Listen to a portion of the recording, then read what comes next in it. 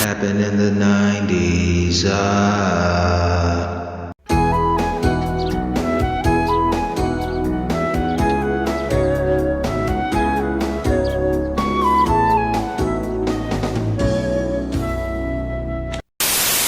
It's two. It's not.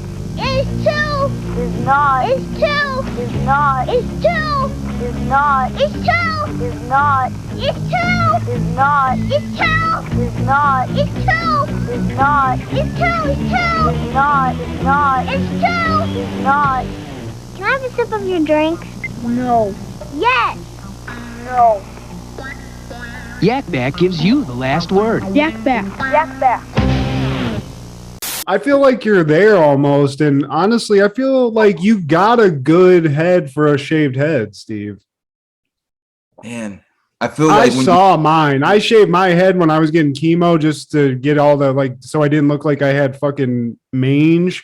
And my head, I look alarming. You are ugly. With no hair. Like, I gotta keep a hat on. I gotta keep something on because otherwise I just look like a big ass penis. And it's not a good look. You got a nice round shape. See, you don't, here's what I wouldn't want. Like the hot dog neck or the hot dog's like skin on the like bottom of the hairline area in the back. You know what I'm talking about? like extra dribble. Just a little, it looks like you're smuggling some like Vienna sausages on the back of your neck, and it just doesn't look good in some guys. And it's not even like a fat guy sometimes. It's just a dude that has a lot of extra back head skin, I guess. And I got to say, you're no Montell Williams. Yeah, I mean, top 10 bald heads ever. He's up there with Telly Savalas, Michael Jordan. He was great. He was good at that. That style of like talk show. He was a good one at that. I mean, I feel like we're missing a lot of really like relevant Montell Williams information because I do feel like he's probably got a lot of cool facts. And I'm sorry I didn't come to the plate with those, but I do gotta give him his props because Montell, a lot of great kid boot camps, a lot of good episodes where he sent kids to be retrained so they weren't calling their mama a bitch or something like that, That's right. He did have those. Oh my God. I mean, I feel like I don't know. Who knows who started all that shit? Like, there were so many of those specific episodes where it was just like either a boot camp guy or, a nanny. Or so who knows what it was, but Montell, here's the thing I also liked about Montell. He really just sort of stayed down the middle. He never got pissed and he never antagonized the guests too much. He was just sort of like, here's the garbage, He's really professional. He kept it professional. I like that. Oh, he was in the Navy. Okay. Salute to Montell. My dad was in the Navy as well. So there you go. Some midshipmen there. There you go. Maybe that's where he got the boot camp instructors and stuff. He called on his old Navy buddies and was like, look, I got some like really fucked up kids here. Slap them around a little bit, teach them a lesson. And those would be great, man. Fucking grown ass lieutenant shouting at these 11-year-olds. Get your shit again, motherfucker.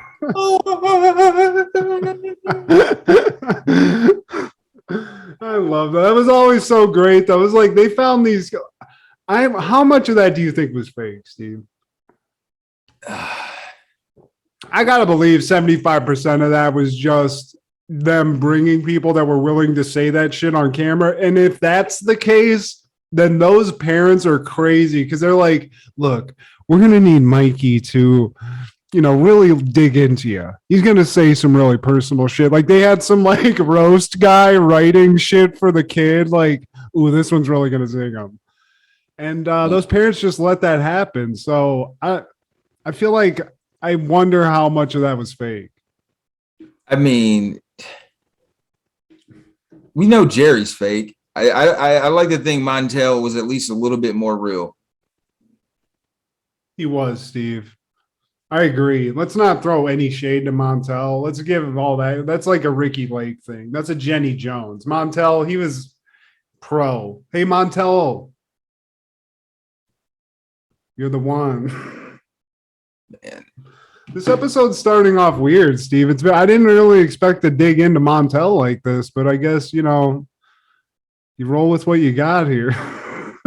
Bell has rung. The gum you left behind begins to come undone. We are the Gum Guys, and you will be glad in this gummy party game when our faces start to sag. Now you're hanging with the Gum Guys. It's Gum Guys, the gummy putty game where you mold them, hang them, and weigh them down with every roll of the die. Hang on the longest and win. If I stretch down to the ground, I have lost the race. Should be happy. So why the long face?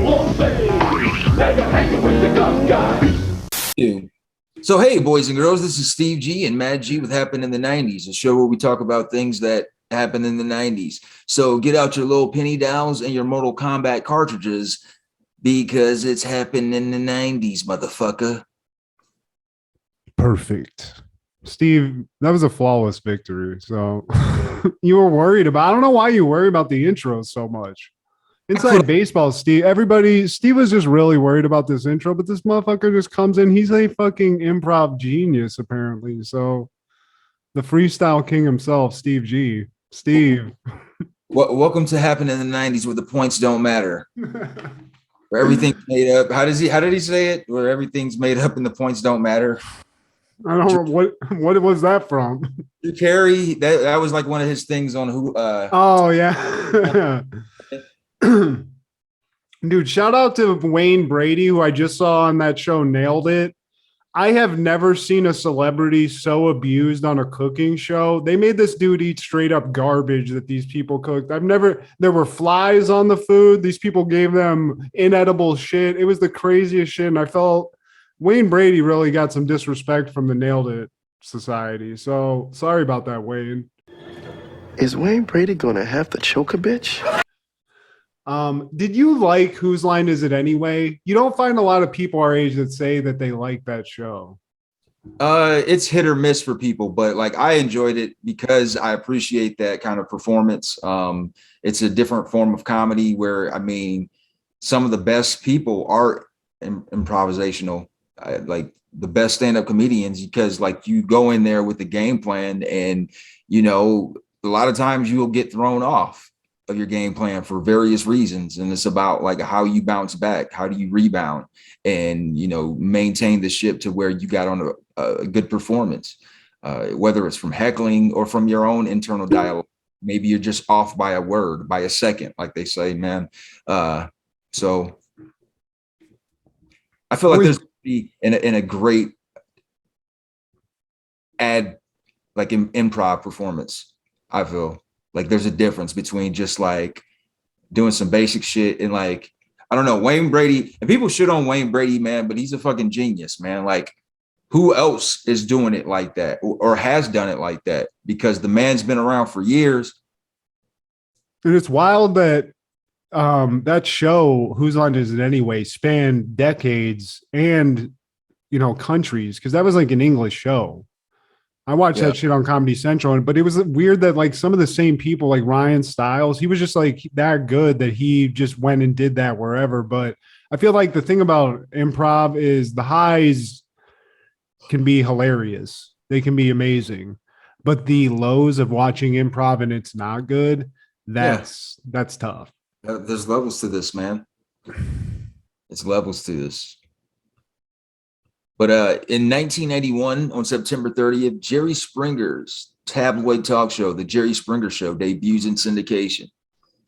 Oh, man, and the world would never be the same again. Can you explain to me, because I don't understand, when you say debuted in syndication, that means is this the first episode of it ever, or this is the first episode that they were repeat showing, like, do you understand what I mean? This was... Because I know what you mean, yeah. But I believe the show was in syndication when it aired. It just started in syndication like that. Well, if it was the first episode, no matter what, this dude has got to be.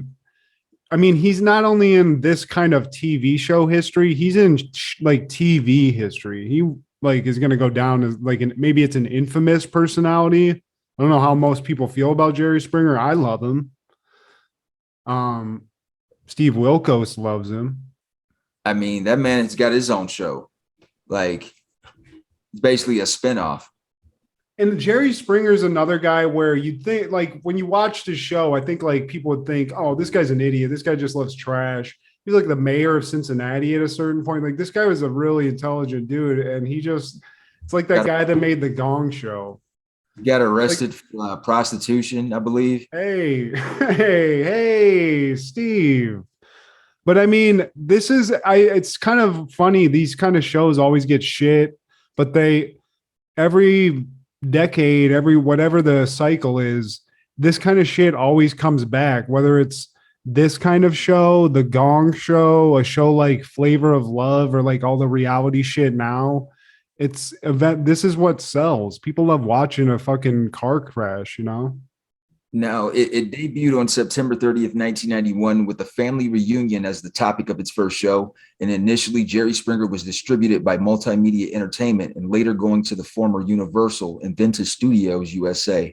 Originally seen in only the 4 markets where Multimedia owned TV stations, it was dramatically different from the later version of the show. It started as an issues-oriented and political talk show, a longer version of the commentary for which Springer had gained local notoriety as a reporter and anchor. And for its first season, was even taped at Springer's former station in Cincinnati. The guests that were early included Oliver North, Jesse Jackson, and included topics such as homelessness, gun politics, as well as social effects of rock music. Shock Rock and Gigi Allen was even on the episode. But yeah, it slowly devolved into what we know now as trash TV, the grand heap of trash TV. I mean, this is the ultimate. This is the top of. You're the king of the hill of the dumpster fire. But we all have a certain episode of Jerry Springer that we remember and love. I mean, this was just fun daytime TV when you're sitting on the couch, you know, in the 90s, home from school or whatever, watching it's a paternity test. It's some rednecks that, you know, maybe like an affair that's being brought to light, some ridiculous shit where just some of the biggest pieces of shit that they could find or actors just came out and showed their ass. And who doesn't like that? Especially on a sick day, you know? Black Klansman, when can you come on our show? Yeah. Just like, how much more depraved can we get? Let's figure that. Where's the bottom of the barrel this episode? You know? But it is wild how long it lasted. And like it has, you know, spawned a Steve Wilkos. You know, how many Jerry Springer perpetrator shows are there at this point? And I remember the tapes that you could buy, Too Hot for TV, uncensored. I mean, he got so big. He had a feature film. It was shit. Ringmaster. Yeah, it was sucked. It was like it came out the same time as that. That movie Meet Wally Sparks with yeah. You know, but it was just like it wasn't that good. But I mean, the dude was so famous at a certain point they gave him a movie. So, and it was basically about his life, kind of, or it was like a spoof of it. But long live Jerry Springer. I mean, if he's not in some sort of Hall of Fame of something, like there's a grave injustice being done right now. Man, they better put some respect on that man's name. Yeah, please. On that same day, the Montell Williams show debuts in syndication. Now, we were already talking about Montell, but I really want to showcase this old school promo. I miss these days, Matt. You know, I wish somebody from our era would take over or own like a local affiliate, and they can do these kind of styles of promos, man. I would move to that damn city. Take me back, damn it. Steve, where's the cable access channel in Atlanta? I mean, we can make this happen. This looks like circa 90, 93, 92, maybe. This looks like something you'd see on like the front of a bulletin at a church almost. Like, this is like the first slide of a PowerPoint at a church. You know? Yes. But salute to Montell, because that guy, he's right up there too. I mean, we were just living in the heyday of this kind of shit, Steve. This is when they were figuring all this out. Yeah, but unlike Jerry, Montell didn't really want to give in to the ratings like that. Yeah, it's like, yeah, I know that these are going to get the clicks and the likes and the listens and all of that, but we're not going to have some like quadriplegic Klansman on here who's, you know, a amateur porn star in the making or some shit. It just, he wasn't going to go down that path too far. Like Jerry's just kind of like, oh, we'll take whatever. Oh, Jerry, they're trying to find what the limit is and then just tread that line constantly. You know, whatever you can do, they were like right there. Maybe there's a blurred titty getting pulled out of a shirt during a fist fight between two women. Who knows? Maybe there's some guy who has no teeth in his mouth sitting on a seat while two midgets fight over his love. Who knows? But that's like the Jerry Springer. Montell, like it's like I said, I'm struggling to kind of remember the vibe of his show because it was more like not insane. But there were like kid boot camps and shit like that where like shitty kids would get yelled at by some guy. You know, there was some shit like that. You would have tear jerkers, man. Like you would have like an 8-year-old up there talking about, yeah, sometimes I want to kill myself. Like what? Yeah, okay, yeah. Or I do remember a couple times. Did he kind of did like the like people who lost a lot of weight and they do like a reveal, or you know, like their coworker be like, "Oh my god," it was like really positive, but yeah, yeah. My shout out to Montell again. Like their TV was just in this time where this is when they were figuring all this shit out. You know, they were like, okay, people love garbage, so let's make that. Let's cater to that. Sponsored by AutoZone. But that following year in 1992, Kansas City Royal George Brett gets 4 hits to become the 18th player to get 3,000 hits. This is a milestone that has been reoccurring in our last couple episodes, man. And soon to be Hall of Famer. He is a Hall of Famer now, but George Brett, World Series champion, Golden Glove, all of those accolades. Mazel tov, as my buddy John Canick would say, mazel to you. I just remember George Brett looking real angry on TV a lot, like on ESPN clips. Like he was always like really salty looking, but a beast. And there was something with pine tar that we've talked about before, but he had some scandal related to that as well. Yeah, the shouting match with the umpire. Yeah. Shut up, George Brett, you son of a bitch. Son of a bitch. Spent all that time in Kansas City. That alone deserves an accolade right there. If you can survive there, Steve. Yeah, man. Now in 1983, on September 30th, Simpsons. Dun, dun, dun, dun. Homer's Barbershop Quartet is the episode, and it's actually the season debut, I believe, or season. Yeah. 5th season 5 premiere episode. And it is a classic episode that I told you before we started recording. I must have watched this, you know, because they replayed it over and over again throughout our childhood. I must have seen this shit like 1,000 times. It's one of those episodes. It's one of those. After the kids find a record with Homer's picture on it, he recalls the story of how he achieved fame in the 1980s with his barbershop quartet, the B Sharps. Goodbye, my Coney Island baby.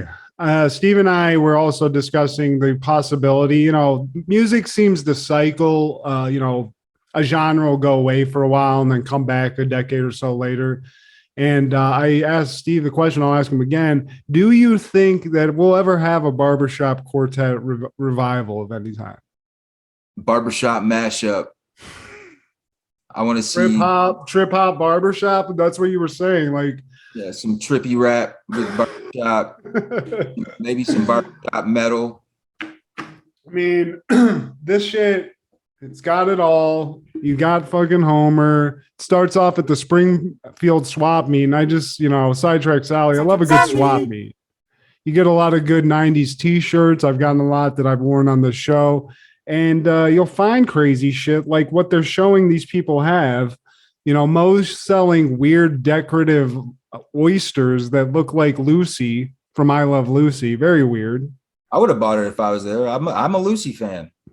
I mean, so right then and there, he's got a sale. A few other people. Flanders is giving out free trading cards, which I would have been eating up as a kid. But then when they get to the table, you realize this isn't a George Brett rookie card. This isn't fucking Barry Bonds. This is Theseus and Methuselah and fucking David and Goliath cards. These are Bible cards, Steve.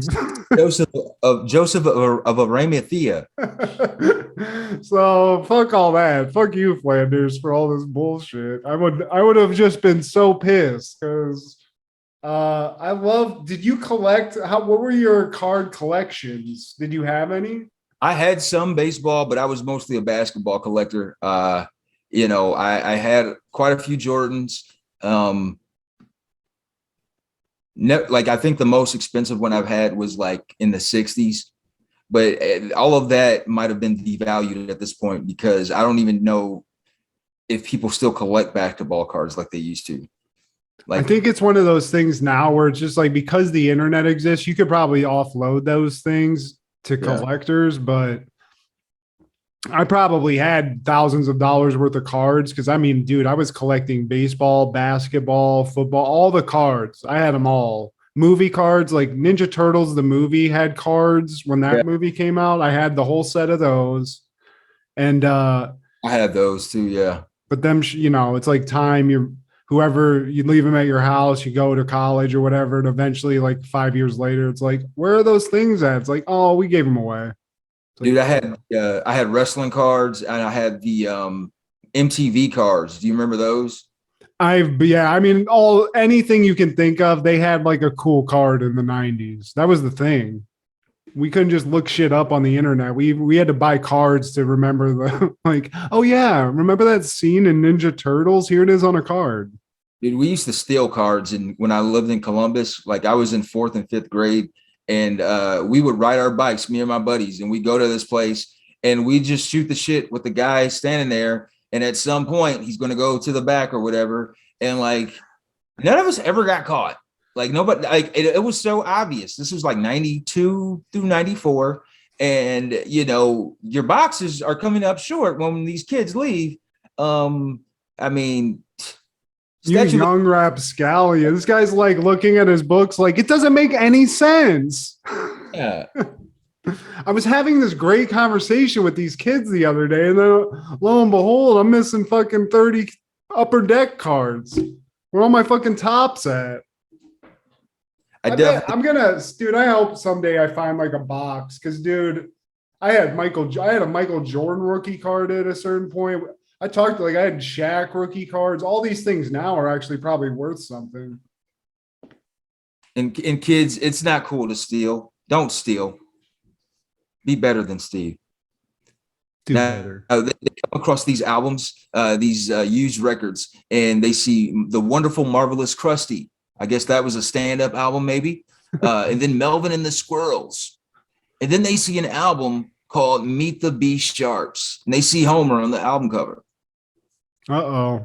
And then Homer's got a secret past, Steve. He actually was in a band. And so the kids are wondering what's going on. And we cut back to 1985, and we see Homer, Apu, Principal Skinner, and Chief Wiggum singing just barbershop music at Moe's, which not the most exciting bar, I guess. If you guys got guys singing barbershop tunes, it was the 80s. I would hope more exciting shit was going on, but hey, you know, it's a Wednesday or whatever. Maybe it's a slow night. Yeah, it's a little bit antiquated even for the 80s. Yeah, that's tough. But they're singing, it sounds good. It's Goodbye My Coney Island Baby, Steve. And I'm not going to try to sing it. You know, I don't got the pipes. I don't got it. But they're doing pretty good. For as far as barbershop quartets go, they're killing it. I suppose. Okay, you don't agree. So, well, I mean, they're making moves, though. They got to be, you know, it's got to be appealing to someone because they're doing shows at the old folks' home, at the church. They're doing shows at the prison. And it's so damn good. Snake is about to throw a rock at Chief Wiggum's head. But, man, not until after the song's over. Like, so they're hitting, man. They're hitting the circuit. Yeah. So at some point, this guy shows up because they are getting heat. And Nigel shows up, and Nigel's a scummy agent, which, it always happens. Isn't that the age-old tale, Steve? You just started getting some heat. Then all of a sudden Hollywood shows up. They want to get their hands in the pot. So Nigel's here, and he says, you guys got it, but we got to make a couple of changes. Yeah. One, Apu, we got to change your name. None of this Indian shit. Your last name is now DeMarche. It's got some sexiness to it. It's vague. We don't know where it's coming from. That's change one. Change two, Wiggum's got to go. Yeah.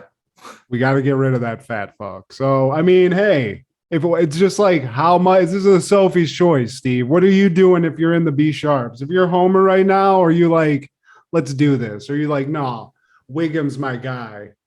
Hey, it's a tough business. He's the Joey Fat one of the crew. Yeah, dude.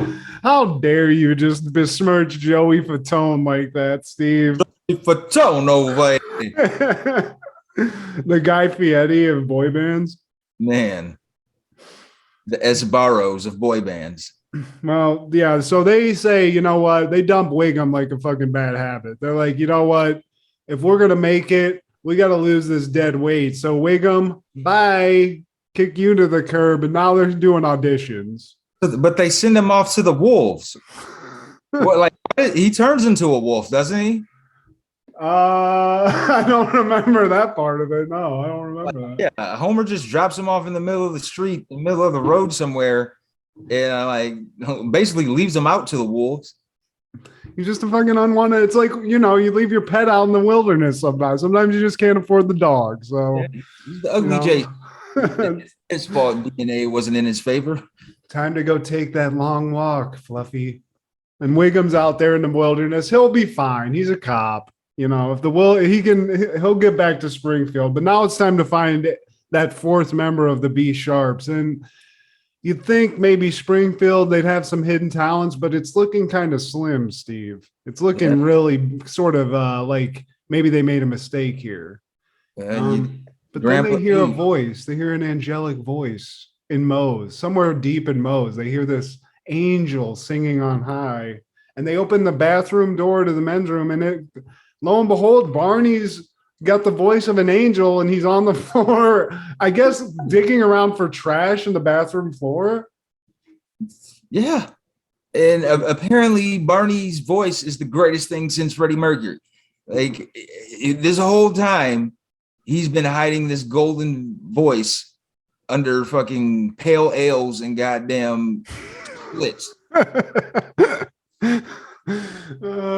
So Barney, they found their fourth member, and now, there's a little bit, but there is a little bit of controversy because Wiggum, he's trying to sort of short circuit this whole thing. He doesn't like that he got kicked off. So he even arranges some kind of a protest in his name where he's sort of gotten people to argue and like, we want Wiggum. Yeah. Barney's a piece of shit, but it's not working because you know what? Barney's that good.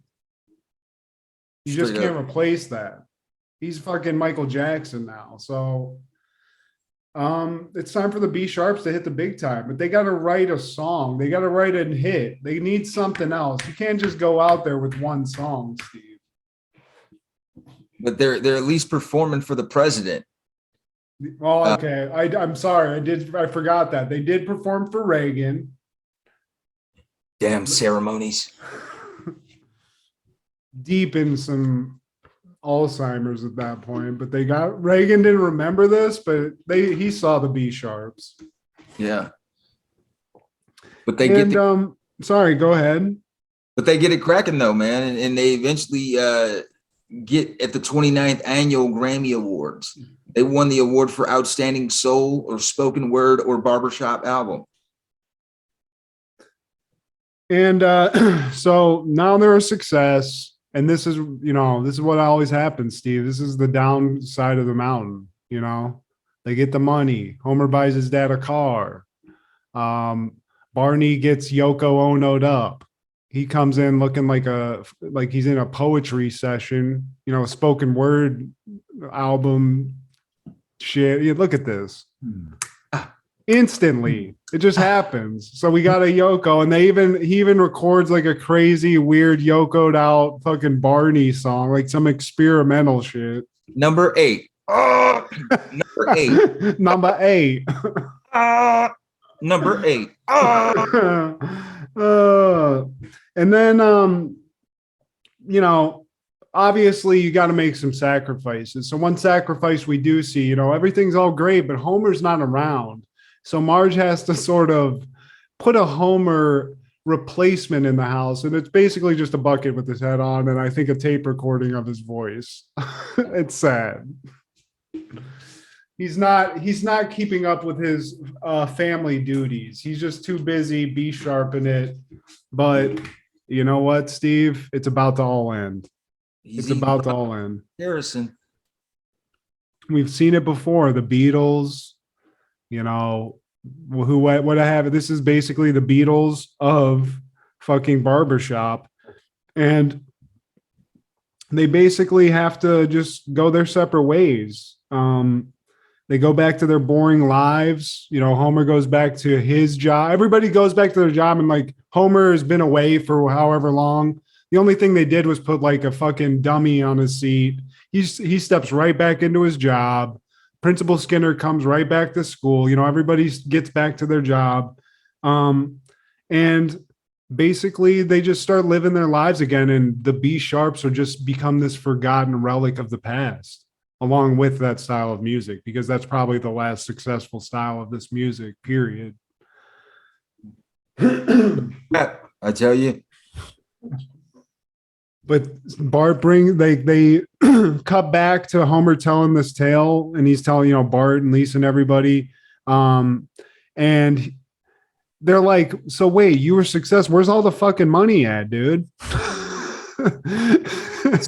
Where's all this money? Where were the stories at? Why do we only hear this now? And he's like, hey, get out of here.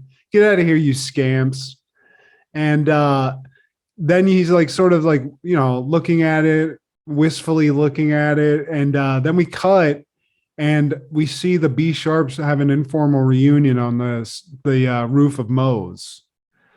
And they're all looking, it's hilarious. It's very dramatic. It's very, very romanticized shit. And they're all in like these style. Like, when does Homer ever have a fucking pea coat? London fog. But they have a reunion. They start singing, and it all comes back to them. And they do this little reunion concert. And lo and behold, Steve, that type of music's not dead, because everyone's looking up like, hey, look at those guys. Look at that. And then, Barney probably pukes on himself or something, and everything goes back to normal. But I was getting like remember the thing, member berries from South Park. When I watched this, it triggered many memories of my childhood, because this episode was always like, it played a lot. Like, I just remember seeing this season and this episode a lot. So it brought back a flood of memories of me getting in trouble for school things. So, painful, yes, but really entertaining. I like this one. What I can see from this episode in a way is that like it shows what some of these what hit wonders are actually experiencing or have experienced. Like, you can be like this chart topping artist for a small time, a couple months or whatever, and then you could easily fall into a place of just anonymity. Yeah, like, it would be wild. Like, those bands, like I always use Blur. I don't even know if Blur is a great example, but they have like one song that's just catastrophically successful. Right. It must be wild, dude, especially when it's so quick. You get a little bit, or like a lot of notoriety quick, and then it's gone. Yeah. Like, it must be wild, but hey, the B sharps, at least they got it. If you're gonna sing fucking Barbershop Quartet music, the most you can hope for is one hit. That's all you're gonna get, and they got it. So, real American heroes. I remember that. The Wetter XPs from Super Soaker. There are two types of people in the world. Ones with the Super Soaker XP55 and wet people. Now everybody's smarter than a little brother knows. Super Soaker XPs blast twice as much water as other Super Soakers. So wash those other people right down the drain. Be a Super Soaker XP person. The new Super Soaker XP55, also available the new XP35. On September 30th, Family Matters is airing the episode To Be or Not to Be Part 2. While Stefan repairs the transformation chamber, Carl spends the next few days walking a mile in Urkel shoes, wreaking havoc on the Winslow household. Eventually, Carl is changed back and decides Harriet's advice was best heeded. Stefan, meanwhile, changes back into Urkel at the end of his dinner date with Laura. And man, I did not like this episode. To me, this episode stank. Can I ask you why, Steve? I cringed for the Stefan appearances because I felt even as a kid, I thought it was a punk move. I thought it was a punk move. It's like, okay, you got the girl of your dreams now, but at what cost? I mean, they tackle that full on in this episode, though. So I would assume that maybe you like this, but I agree. I didn't like it for other reasons, but I didn't like it sort of parallel to your thing because not only did it point out what you're saying, but it made me sort of be like, hey, Laura Winslow, you're kind of an asshole. She's like, superficial. This motherfucker makes a fucking machine to change him into something cool and different than him. And he just is, it's the same guy. It's the Superman Clark Kent thing. And yet she only wants this one version of him. And I got to say, Steve, it made me not like Laura Winslow a lot, at least for this one episode. Myra, I'm a Myra guy from here on out. So, and another reason to not like this episode, this is where we are in the Winslow household in the early or mid 90s here. We've totally strayed from the original content of every episode focusing on family matters. And it's just become what kind of Urkel convention can we focus this on for the next episode? This time they focus on a Urkel convention or invention for 2 episodes. I forgot many things that related to this episode. I forgot that Steve Urkel had some sort of pimped out lab in his basement that had an elevator and chemicals, and he was able to create this nuclear device. I did remember the transformation chamber, but really the thing you brought up about Carl, you're showing a photo of him behind you in your background. To see Carl Winslow acting as Steve Urkel is one of the most humiliated. I feel humiliated for the man. I don't like it. It leaves a bad taste in my mouth. Does that make sense? Yes, exactly. It's like, this is where we are now. And it's also very like spastic because so first of all, this is episode 2 of a 2-part arc. The first episode, Steve made this chamber, created Stefan Urkel, created the cool version of himself.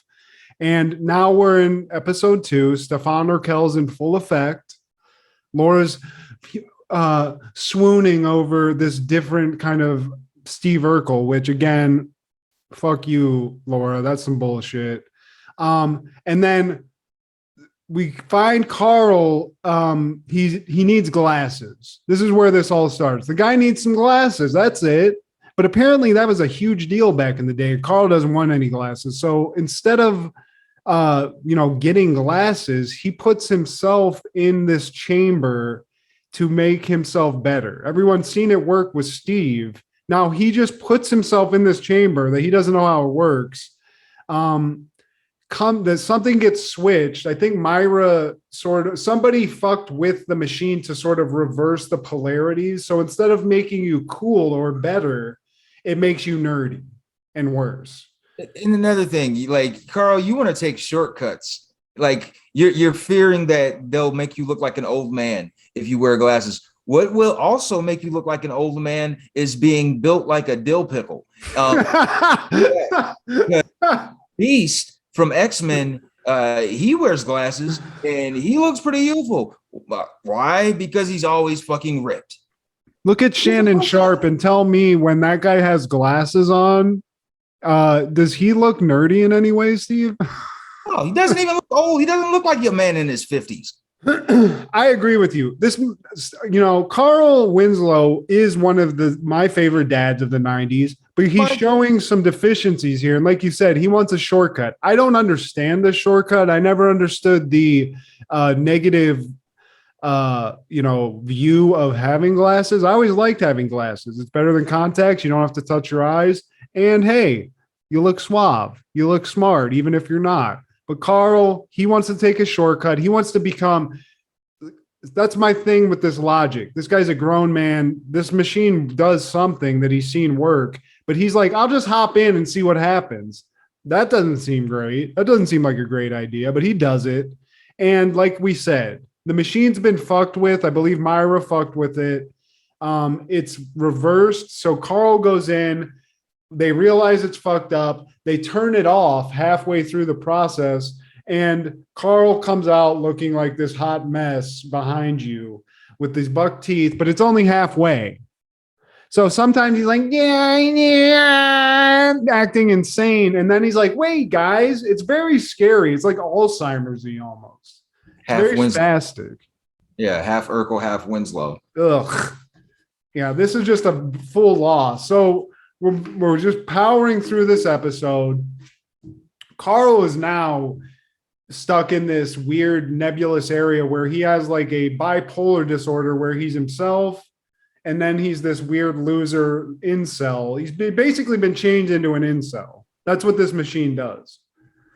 And he's a cop in Chicago. So at a certain point during this episode, he's like going through all this and he has to go to work. Steve, can you imagine if this motherfucker showed up to this work being a Chicago cop as this? Yeah. Who are you going to arrest? But Stefan, who's suave, debonair, he says, I'm going to fix this machine. I'll fix it. Just give me some time. But here's the thing, Steve, that machine, he might be sexier, suaver because he doesn't have glasses and he's wearing better clothes, but he's not as smart. Yeah. So it's taken some fucking time, and Carl Winslow doesn't have time. He's got to go to work, and you can't go to work on the streets of Chicago half the time bending over, for any criminal that shows up with a gun. Like, you got to do some fucking copping, and you can't do it when you're simping like this, basically. Fucking sitting on cakes and shit. And it's just fucking, it's gross. Like, this guy's a great actor, but I don't like this. I fucking hate it. Kill it with fire, Jesus. This is a loss. Family Matters, great show. This arc, and again, we can go through this, but basically, eventually, what happens is, Stefan eventually fixes it with the help of Carl, who's now smarter. So he's actually like Steve Urkeling the machine and fixing it with Stefan. Eventually, Carl gets changed back. Stefan realizes, he's like, I just need to be me. Like, this machine has just changed me, and I'm getting what I want, but at what cost? Like you said, I'm not me. I'm not smart. I'm not as smart. I'm not the same guy, and I can't do this anymore. So he realizes something about himself, and something he should realize a long time ago, that Laura's a bitch, and she needs to come around, basically, because that's sort of the lesson of this show, of this episode, in this story arc, is like, be you. Don't try to be a perpetrator, fake the funk at all. And Steve realizes that. They go out, and this episode ends where Laura and Steve are at like this fancy dinner. It's like everything Laura's ever wanted. She's got this beautiful man, and they're at this fancy place, and everything's going good. But, Steve tells her the the truth that he's realized, that he can't do it. And she's like, no, we can figure this out. She's trying to get him to stay doing this. And he's like, well, I didn't take the recharge thing, so I'm going to turn back into, boring old Steve Urkel. So it is what it is. And then he starts nutting Professor himself back into Steve Urkel, basically. You know, he's like, yeah, baby, you know. So the people in the restaurant must have been horrified, but it could be a couple hours. But I agree, man. Like I thought I was gonna like this. I do remember like these story arcs with Stefan Urkel, because this wasn't the only one, but I thought it was the first one, man. But it's like, dude, those transformation chambers are really just LASIK surgery fucking. Yeah, right. I just love the logic, like, oh, for Steve it made him cooler, but for me it's just gonna make my eyesight better. That's Like, really what? Same guy, same haircut. Just no glasses. Stop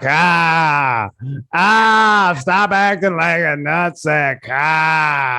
Let me drain your balls, car. I need my old car back. Used to eat my ass, car. So that's a big old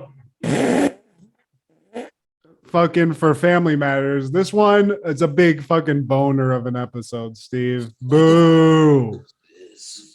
Boo. Boo, Laura. Boo. Because you're gonna regret it when you get some hater ass dude later in life where you're like, I could have had that guy that loved me and was a good guy, but I'm gonna take the guy that went to jail twice for, you know, larceny and battery. I like that guy better. Now, on that same day when they were airing that piece of shit on ABC TGIF, Ed Wood premiered in theaters, and I didn't catch on until much later on DVDs. I didn't either, but it is a good movie. It's wide, black and white, weird style. Johnny Depp acting weird, which we all love. Tim Burton's. Yep. It's got all the hits. It's got all the make, and it's a good one, but it's a slept on one as well. I've only seen it once or twice, but it's definitely a good one. And Ed Wood, weird guy. Cool story. And it won some awards, or at least was nominated for some. Yeah, I think Johnny Depp won something for that. Now, in 1995, on September 30th, Saturday Night Live is airing with host Mariel Hemingway and musical guest Blues Traveler. I didn't get to watch this one. You said you watched some clips of this? Yeah, man. It's the beginning of Will Ferrell, Sherry O'Terry, and Daryl Hammond. The only, I think, returning, they had a couple returning, Tim Meadows, David Spade. I didn't realize he crossed over with Will Ferrell. I guess I kind of forgot that. Tim Meadows was there. He was kind of the Keenan for a while. He stayed on for a while. But Will Ferrell actually, not Will Ferrell, but Daryl Hammond was the one who actually had the record before Keenan. He was the longest tenured member until Keenan, I want to say a couple years ago, broke it. Daryl Hammond was such a fucking baller on SNL. I mean, he's a guy I really haven't heard a lot from. Well, he's actually doing the what is it? The announcing for SNL now. He basically took the reins from the guy when he died. Don Pardo. Don Pardo. What a great name. Like that guy, I just feel like that guy was meant to be an announcer of some kind. And he was an NBC guy. He was calling out those shows back, the Sid Caesar Hour and shit like that. The Jack Parr Tonight Show hosted by Steve Allen and that type of shit. Legend, dude. That guy was working forever. And I mean, he was synonymous with SNL for how many decades, you know? Since the Genesis up until he passed in like 2014, 15. Yeah. But they wasted no time making Will Ferrell a star on this show, I'm noticing. He's in the very first shot of this premiere episode of this season, man. They also have an OJ skit. They got quite a few OJs that we're still knee deep in dealing with this. And, it's the whole, this is a travesty. This is an outrage. Oh, my goodness, man. This got some hits. Oh man, shout out to Sherry O'Terry, somebody who I loved as in SNL and just in movies in general. She was always fucking hilarious and shit. She has great lines, and like her in Scary Movie is fucking hilarious, dude. He's the goat to me, man. Yeah, hell yeah. Blues Traveler, goddamn. Is he still alive? Yeah, I think he lost a significant amount of weight. He had to. Yeah. Yeah. Yeah, he wouldn't be traveling too much if he didn't. So that's who Mariel Hemingway is. I was like, who the fuck is Mariel Hemingway? Man, yeah, she's been in Playboy a couple times. Hey, Mariel. Mariel's wedding, more like Mariel's bust. And in 1957, on September 30th, Common releases the album One Day It'll All Make Sense. What do you think of Common, Steve? Like generally, like what are your thoughts on Common? Common is one of the GOATs, man. I think he has put out great content. I don't necessarily like the latest stuff he's came out with, but when it comes to just being a true MC, man, and being like really good at what you do as far as like putting words together and rhyming and wordplay and knowing how to flip and combine syllables and just, man, he's one of the alpha MCs. I feel Black Thought. He's definitely like Chicago MCs. He's probably like top 3. I mean, it depends. He had like 2 albums back to back that were burners. The one being the one I think Kanye produced most of it. That's the best one to me. Yeah, that one. There's one. I think the one before that was called like Electric Circus or something. Yeah. But it had me and Jordan used to listen to that a lot. I think it had like a Neptune's beat in it. It had some good shit. I mean, I like Common, but to me, like I'm just sort of Common now is like that voice on AT&T commercial. You know, he's always like doing like a spoken words thing on some commercial, and I'm just like, he's saturated the market, in my opinion. But he had some bangers, and I do like Common, and he's actually turned out to be a really good actor too. I've seen him he's been in some good ass movies. No doubt, man. It's 70 minutes and 10 seconds. The star tracks are Retrospect for Life, Reminding Me of Self, and All Night Long. It did get 4 stars on All Music. Rolling Stone gave it 4 stars. Enemy gave it 8 out of 10. Village Voice gave it a B+. I mean, this guy, he did a performance. I think it was on Chappelle's show, actually. I just remember it being really good. I think Kanye was involved in it too. It was the one who was like, when they're, I think Kanye's like in the kitchen. They're like in different. Yeah, exactly. That one. Yeah, hell yeah.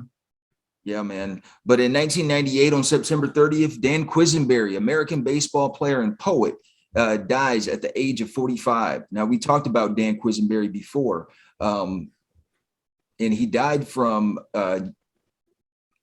astrocytoma. It's a highly malignant form of brain cancer. Oh, shit. Yeah. Damn, 45. 45, man. Dude, that shit, I don't want to be a downer. I'm not gonna share that story. Well, RIP to Dan Quisenberry, but any callbacks, honorable mentions, takeaways, Matthew? I do have one honorable mention that involves 2 of my favorite cartoons of the 90s, Steve. X-Men and Spider-Man the Animated Series, 2 amazing comic book cartoons, 2 I'm sure that you and I both love. I love both of them. I actually think this Spider-Man that is like in the cartoon is probably one of the best versions of the character. At least in my opinion, as a comic book fan and as a Spider-Man fan, I always love this show. But on this day, in 1995, the X-Men and Spider-Man were on the same episode. They were actually at a 2-episode arc. This episode is called Neogenic Nightmare Chapter 4, The Mutant Agenda. And it's kind of like a recycled storyline. Spider-Man finds out that he's, mutating. He got bitten, but he's told that he might turn into something that's not human. So in order to sort of figure out what's going on, he goes to Charles Xavier to see what's going, like if he can give him answers. And in all this, Beast tells him that there's a doctor out there who might be able to cure this disease that he has and make him, not be a mutant anymore. So this whole thing is basically sort of mirroring that storyline we were talking about with Steve Urkel, where it's like, be who you are and don't change that. X-Men always did this, where like there was always like mutants that didn't want to be mutants. And in this case, the doctor who was had a cure was actually just trying to kill all of the mutants. So this specific episode ends with Spider-Man and Wolverine about to fight. And it's dope. You get all the X-Men you love. Wolverine's heavy in this. Gambit's heavy in this. Two characters I love to death. 12-year-old me was busting a nut when this episode came out to see both of these shows come together. And it's actually, I watched both of the episodes in this arc, and they're really good. So shout out to X-Men and Spider-Man, the animated series. I hope we get to watch more of this. Man, I kind of wish we covered that one. Yeah, we should have. We definitely should. But check it out. It's on Disney Plus, and man, I didn't realize that Spider-Man specifically, each season was one storyline. So this whole season is called the Neogenic Nightmare, but the X-Men are in a couple episodes, Blade's in a couple of episodes. Like there's a lot of Marvel characters that are throughout this season, and it's all one long storyline. It's pretty cool. Yeah. Now, what about you? In 1998, September 30th, South Park aired the episode Clubhouses. And I mean, that only stands out because, man, we used to quote that line so much in high school and in college. Hey, hey, hey. They did a parody of Fat Abbott. And I mean, that is not even really a part of the like, it's not even a relevant part to the episode, but it just stands out because it's so fucking random and hilarious. He's like, hey, hey, hey. Rudy, you like school in summertime. School in summertime. Yeah, bitch, school in summertime. Open up your ears, you fucking hole. Yes. How many times were we in a Chrysler Concorde getting high saying that, Steve? Oh my God, man. Like I'm gonna watch that later tonight, man, to see if it's aged well. Because it still fucking cracks me up, man. And it's just one of those things. I think that the premise was really about like somebody's mom like getting out and dating, or I remember the quotable, but that's it. I don't remember the episode that's from. I just remember us saying that constantly. Yeah. Well, as always, please check out our sister shows, Crushgasm with Kendra every Wednesday and Over the Culture every Sunday. This is Steve G and Matt G with Happen in the 90s.